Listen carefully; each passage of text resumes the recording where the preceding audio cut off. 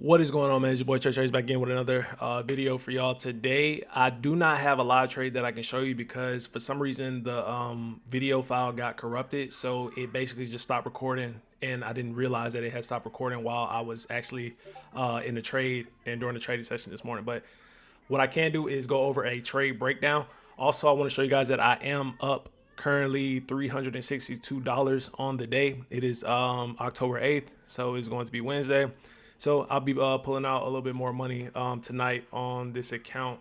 And I just got the payout from this morning that ended up coming to the account. So just basically go over a trade breakdown and show you guys what I was seeing and the trade I took.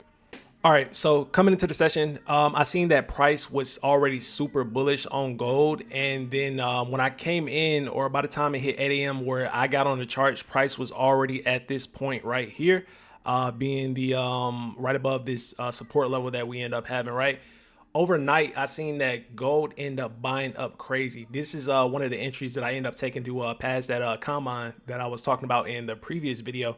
So from last night, the trade that I took, this is the one. And then after that, price just kept running. Crazy bull run, right?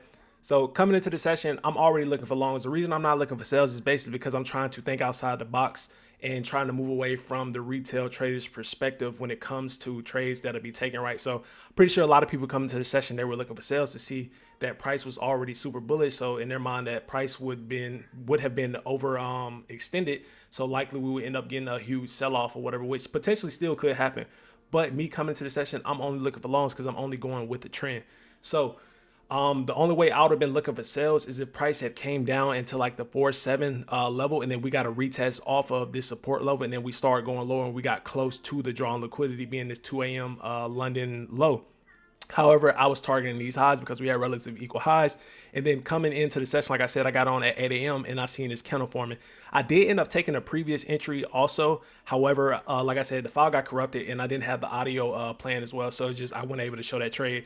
I got stopped out in profit around like 200 something bucks. And then I ended up taking two losing trades that put me back down to $67. At that point, I was basically ready to be done trading because honestly, coming to today, I wasn't really looking to make too much. And I honestly didn't really care to trade too much. I wasn't going against my rules or anything. It's just the mindset that I had. I already won the two previous days, so it's like I was looking to basically take it light and only take something that like look really good. Those longs to take out these relative equal highs to me that did look really good though. And honestly, I thought that price would continue at this level, but however, we end up turning around. Once we got this big candle, this engulfing candle that came in and closed under the 13, I wasn't looking for sales still, even though I was sure that price would probably come back down into the support level. I wasn't looking to take anything sell side because I still had the confliction that price would come back up and take these highs out, which it ended up doing that and ended up catching some of the longs to do that, right? So basically, once price got into this level, I seen that at this 530 candle, that price ended up looking like it grabbed liquidity from it. So we came down and we tapped right at where this 530 candle was, and then price started coming back up. What I wanted to see originally was for price to come back up into the 6x level, and that's where I would take longs at because right there, that gives me more confirmation. However, price started creating structure right here, and once we start creating structure around this 13 and this 50 EMA, that was also another reason for me to be like, all right, cool. Now, if we get a bounce off of the support level and we get a closure above the 13 EMA, that'll give me more confirmation on 5 minute for me to take longs and get a better entry. So that's exactly what I did, right?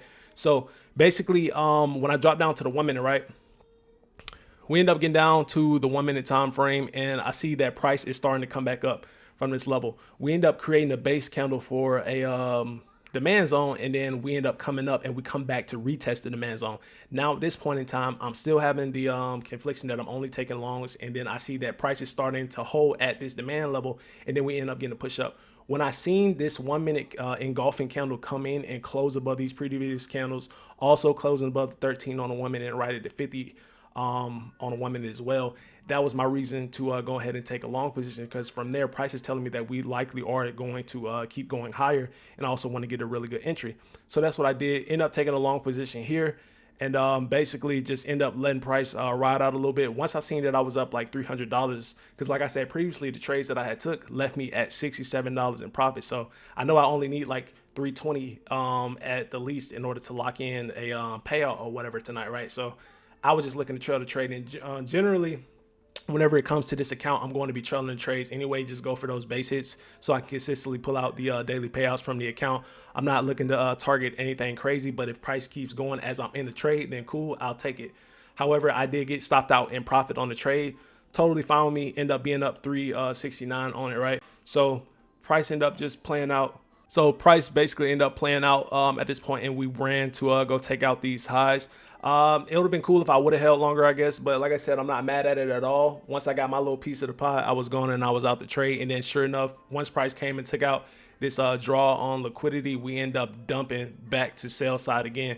And actually, I think where I end up taking my or getting my exit at, I got my exit right here, and then price dumped all the way back damn near to break even. So it would have stopped me out down here had I not been trailing it tight, and I wouldn't have made what I made anyway, right? So just being confident and cool with running up the take profit and trailing the trade, like for me, that works perfectly fine. That's something that I'll continue to keep doing. And yeah, we'll just go from there, whatever. I'm not sure if I'm going to take a trade again on this account tomorrow. I might not. It just depends, just because I'm already up around $1,500 on the week, and we're approaching the end of the week. So if I do, I'll probably take a trade Thursday, and then after that, I'll shut it off for Friday, which is what should have been done last week. I ended up taking that loss on Friday, which was unnecessary and shouldn't have happened, but it is what it is. It happens. You learn and you grow from it, right?